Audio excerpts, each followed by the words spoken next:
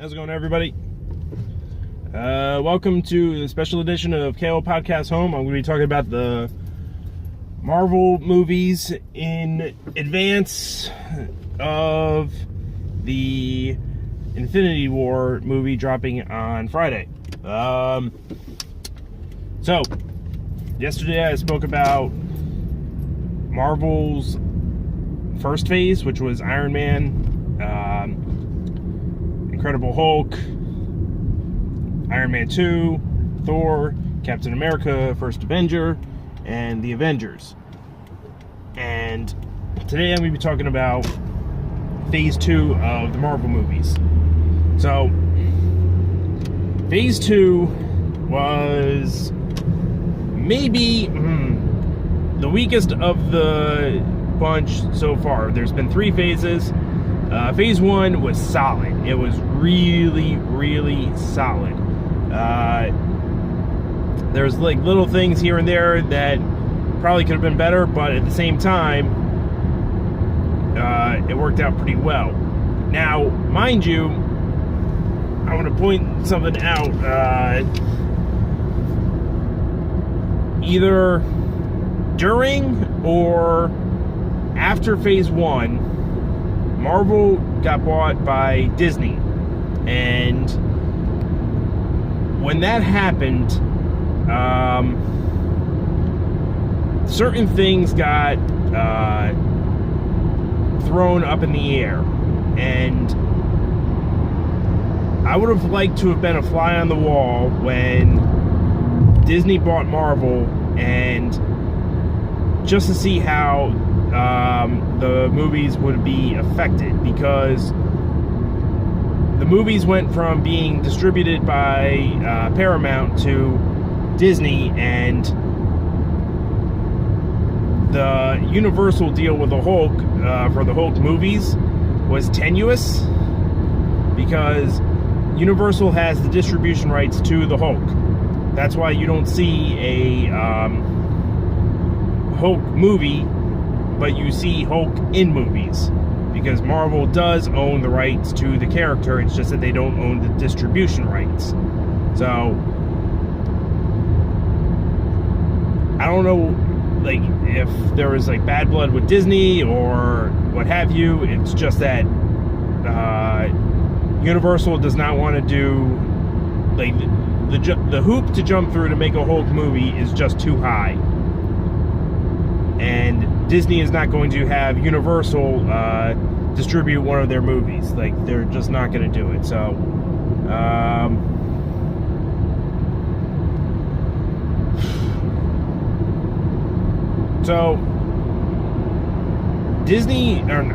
Marvel was riding high with the release of the first Avengers movie. It was a $1 billion movie, and you weren't sure how it was going to affect the future movies going forward. So, Marvel put out Iron Man 3. Iron Man 3 is a fun movie. It is a controversial movie with fans. And my favorite thing that came out of Iron Man 3 was the report that Iron Man 3 was just a reboot of Lethal Weapon. And you might laugh about that, but Shane Black was the director and the writer on Iron Man 3, and he was also the writer on Lethal Weapon 1. And if you go scene by scene, there's a lot of similarities. You get this unhinged white guy, you have this really stable, like, black guy be the main focus. Then you have things like a helicopter attacking the beach house. You have like things taking place in the snow. You have showdowns in like shipping yards, and like there's an article online. Look it up. You guys will probably get a kick out of it. So, Iron Man 3 had PTSD Tony Stark, where he's having flashbacks of the fight in New York, or more specifically, going out into space and almost dying. The takeaway from Iron Man 3 is like it's like the Tony Stark grows up movie, and that's why people don't like it. I mean, I have a friend that likes Iron Man 2 more than Iron Man 3 just because it's Tony Stark doing Tony Stark things. And I kind of agree with him, but like I don't go as far. Like, I don't hate Iron Man 3. Like, in terms of watchability, Iron Man 3 has it more than Iron Man 2. It just does. Like, the villain is better with AIM, but it's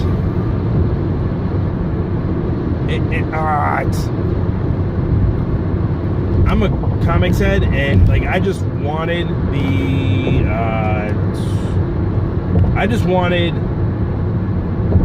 the Mandarin to be a real thing, and those of you who have watched it know what I'm talking about. That was a hell of a twist, but at the same time, it's like, all right, so what are they going to do with the 10 rings now? Because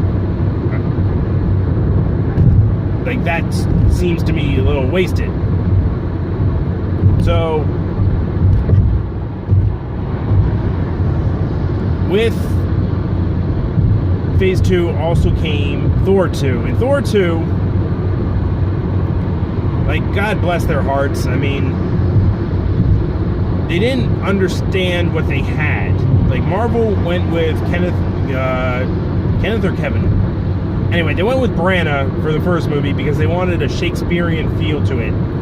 Like two sons trying to appease their father, who was disappointed in them both for different reasons. Thor 2 was, we're gonna deal with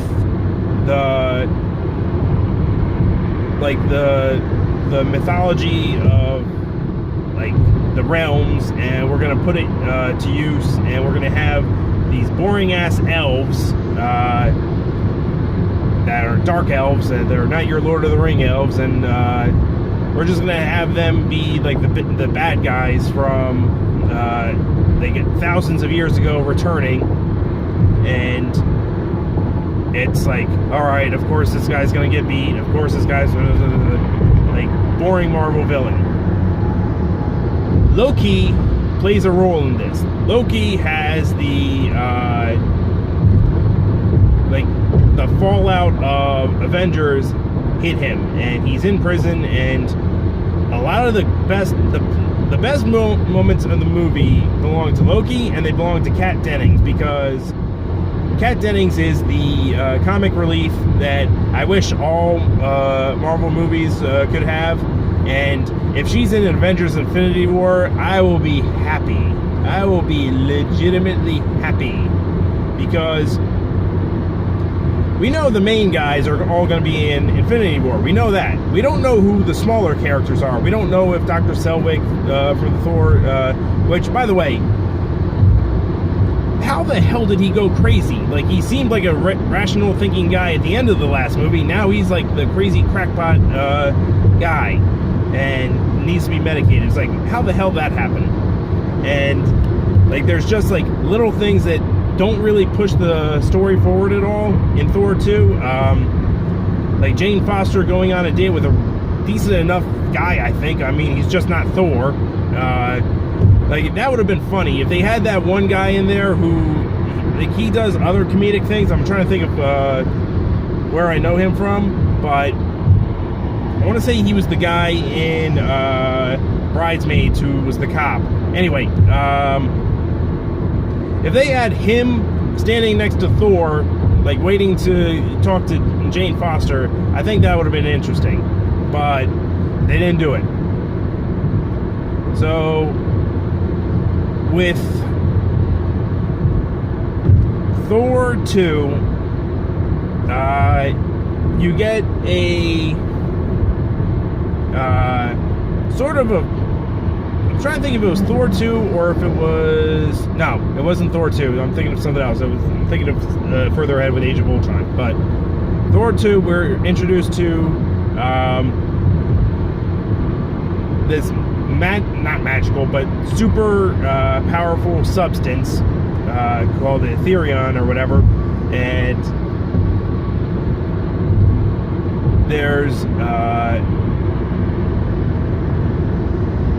not really a mention of. I mean, Thor 1 had the Infinity Gauntlet like teased in the Odin's Vault, and like they never went anywhere with it. But at the end of Avengers, when you see Thanos and you realize that Thanos was behind the attack, like that was a really big thing, and you're wondering how they're going to deal with that going forward. Well, Thor 2, I think, didn't hint at it, but in the closing credits when they had the Collector introduced at the end of it in one of the closing scenes, like that's when they were setting up Guardians, because the next movie that came out after Thor 2 was maybe my favorite Marvel movie, which is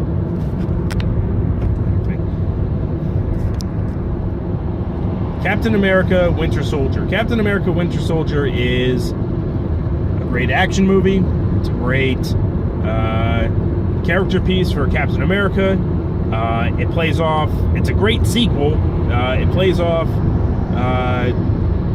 the first movie, and you have all around great villains. You have Winter Soldier himself, who is Bucky after he's been experimented on, and you realize he's become this like Hydra like Black Ops kill guy. And then you have Robert Redford as I want to say Donald Pierce, who is a Hydra head honcho, and they took they took things from like the Ed Brubaker run, and they took things from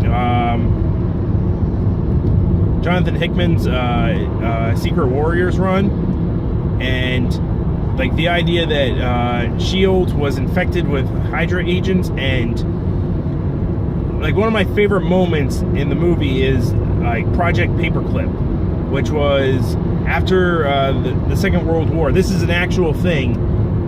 They divvied up the Nazi scientists, and they tried to get the best Nazi scientists for NASA to and like the rocket program all around, and like that George St. Pierre as Batroc, the Leaper. It's like I thought Captain America was more than a shield.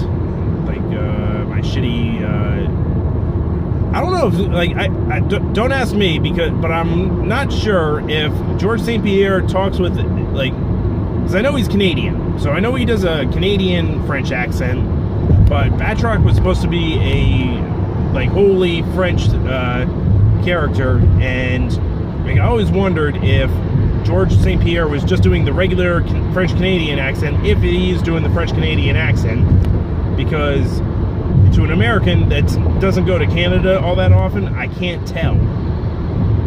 So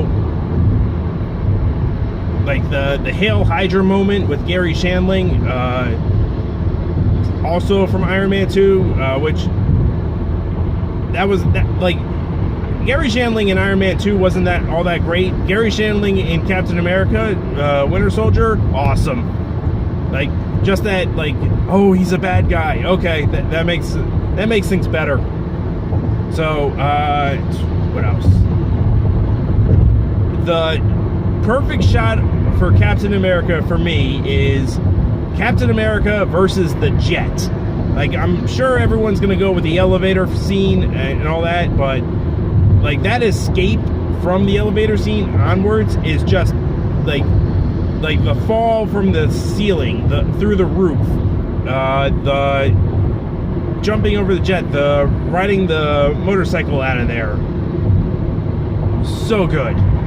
And like the character moment of like he's not fighting his best friend, he's literally getting the shit kicked out of him to prove to his best friend, like to wake him up, it's like, I'm not fighting you. And then having the guy save him even though he's not entirely sure of himself.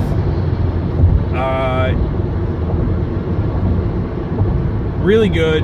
And like the follow-up moments, so it's like he goes to Peggy Carter, who's in her like 80s or 90s now, and like that, it's my favorite movie. I'm pretty sure of it. So Winter Soldier, my favorite movie.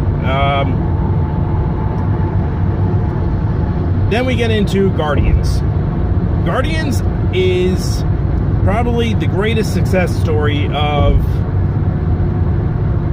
Marvel in terms of taking characters we didn't know we would care about and making them work. I credit that a lot to James Gunn. He's the guy that oversaw a lot of the space stuff, and I'm sorry I'm adjusting the camera, but I feel it's necessary. So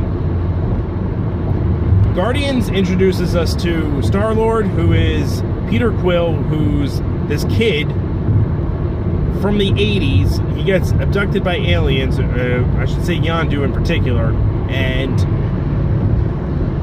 he was running out of the room of his dying mother, and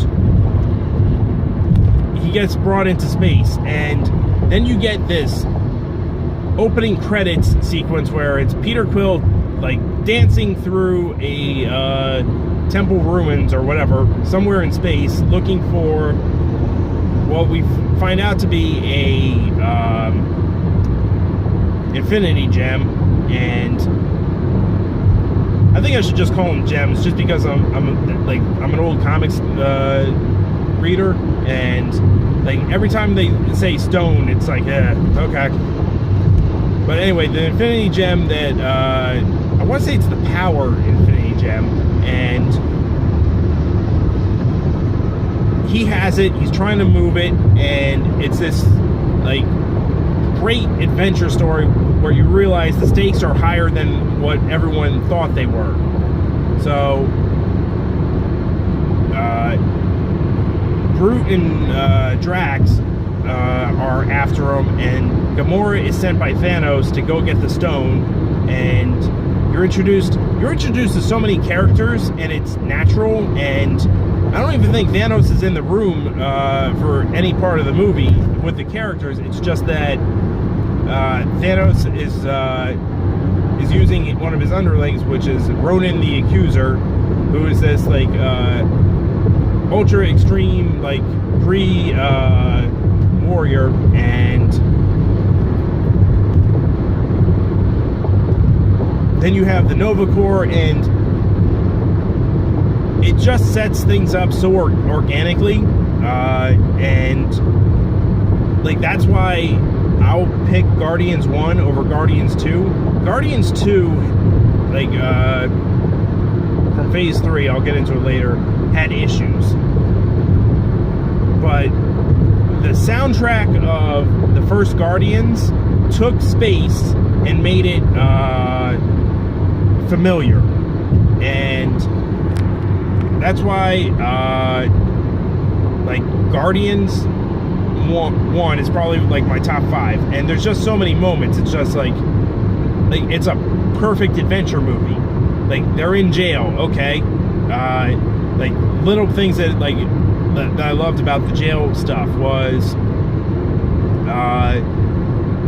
everyone's sleeping in the cell, like out of the, I know they lifted it from a French movie. Like there's this old French movie that all the guys just laid across each other, and that's how they slept.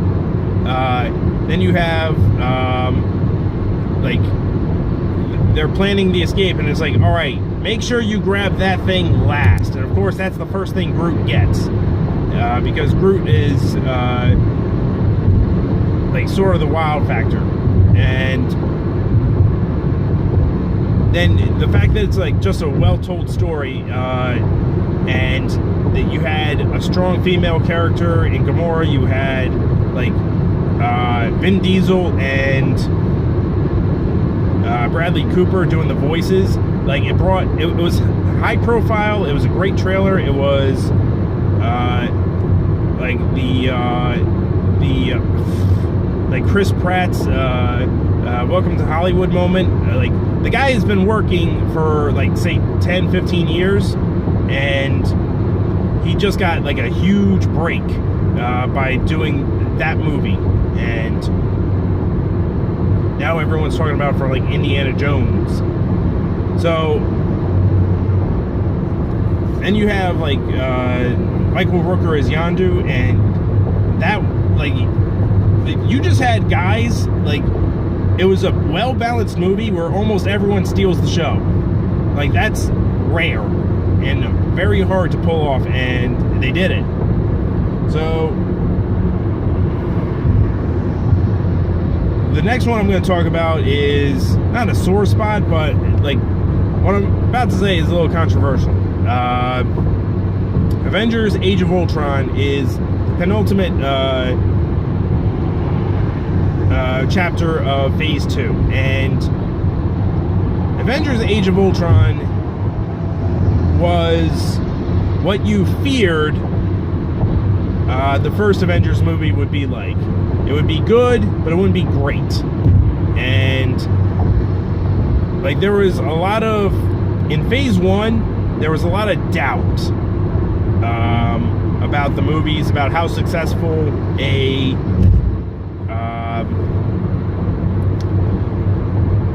shared universe could be. Like there was a lot of doubt about how successful it could be. And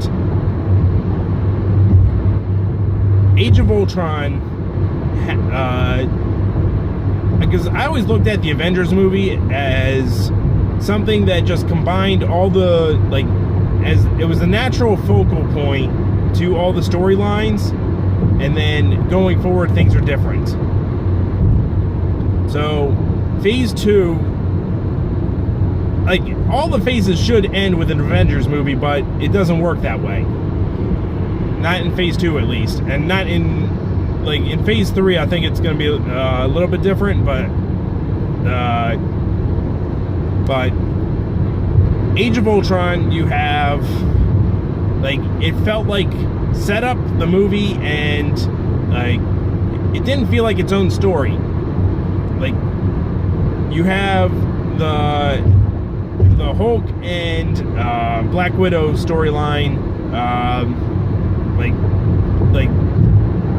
what seems like a defining chapter, and then you have Thor during the Black Witch scene where everyone's facing their, that might be my favorite part of the whole movie.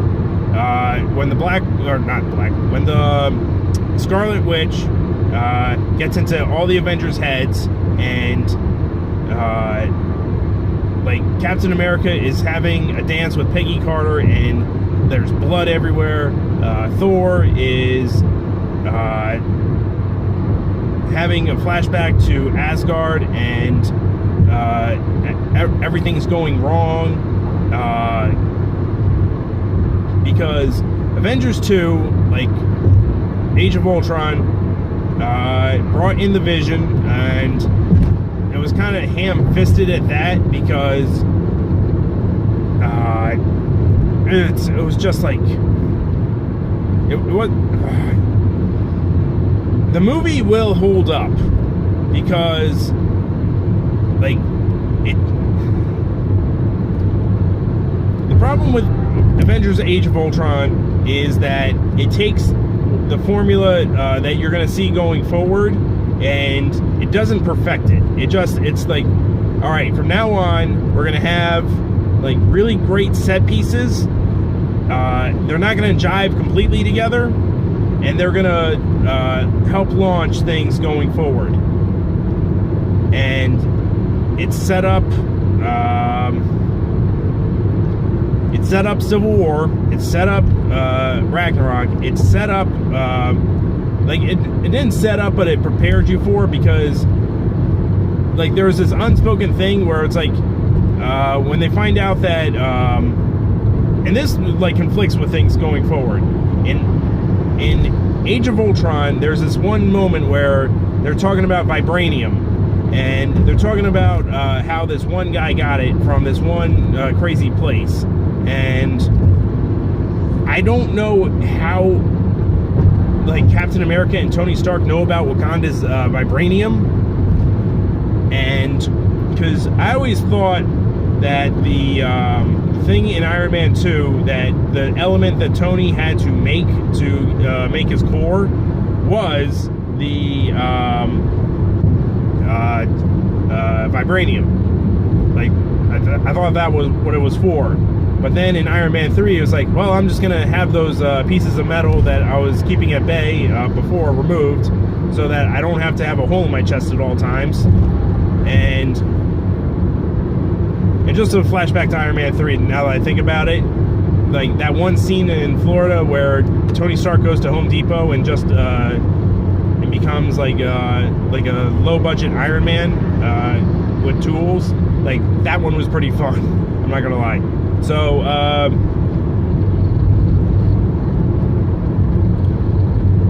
the villains for Phase 2, like weren't that great. Like, Ronan the Accuser was, I mean, he was there. He was there. He was a bad guy. He wanted to kill everybody. Like, I think, Gamora's sister, what the hell's her name? Anyway, Karen Gillan played her. Fuck, what's her name? So anyway, she was a better villain in Guardians than, and plus you knew Thanos was there, and like the build-up that the Collector got was, I don't know about wasted, but like you didn't get a sense of him being like any particular kind of bad. So.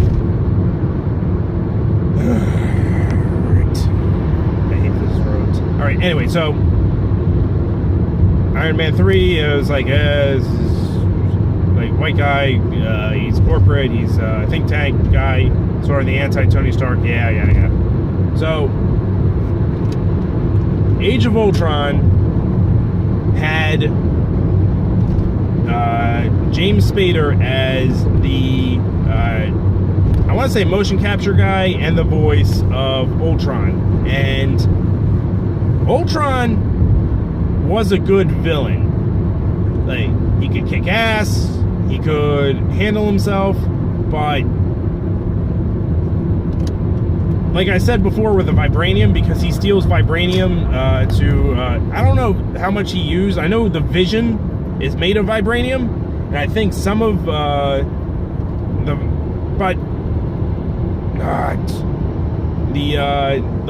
amount of vibranium that he was made out of, like apparently we figured out that Scarlet Witch can just telekinetically pull it apart. So Ultron in Age of Ultron wasn't a detractor, but there was just like there was little things here and there that I just wish they'd have done better, or just done it organically. Like the two best movies to come out of Phase 2 were Captain America Winter Soldier and Guardians 1. So we have one more movie left in Phase 2, which I found odd that they ended Phase 2 on Ant-Man. Ant-Man is a fun movie. It deals with the fact that like there are other scientists out there besides Howard Stark and Tony Stark that were good at what they did. One of my favorite scenes is like the young Michael Douglas, de-aged, and he just slams the guy's head into the table, and it's like, yep, okay, I could buy this guy has anger issues. And the fact that it's a heist movie, you have Paul Rudd as Scott Lang, who is figuring out how to solve the problem of the safe on the job, and that one was like that was a great part. And I liked that they tied in the villain with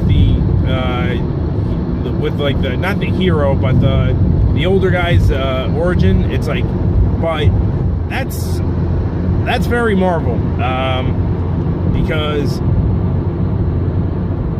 a lot of the Marvel movies, the villains are tied pretty much directly to the hero's origin. You have Ultron is created by Tony Stark, which I kind of wish like they kept it a little bit closer. Like, and the other thing too is that with all these movies is that they kill the villains, and like they killed Yellow Jacket, which is what I'm gonna call him, just because I can't remember his name. He's the guy from House of Cards, plays him, does a good job of it. I mean, like he has a better emotional resonance than Mickey Rourke did as Ivan Vanko, and Justin Hammer like had this like competitive edge and like just like idiocy of like I'll do this. Like he was more that like if I had to rank the best Marvel villains so far, like Thanos just on reputation, because whenever they present him, they always present him as someone like not to be screwed with, and Red Skull, and I'm trying to think because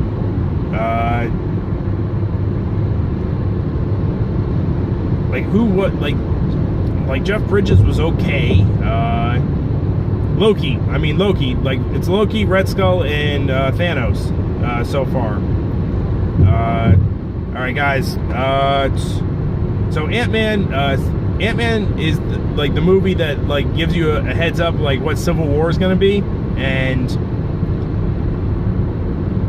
it was a fun movie. It was like Marvel taking it on the teeth, just to let people know like, hey, we can do superheroes in different modes. It's not going to be straight up superheroics. Like we can have heists, we can have things, we can have subterfuge and all that. So looking forward to it. So all right, guys, see you tomorrow where we talk about Phase 3. Peace.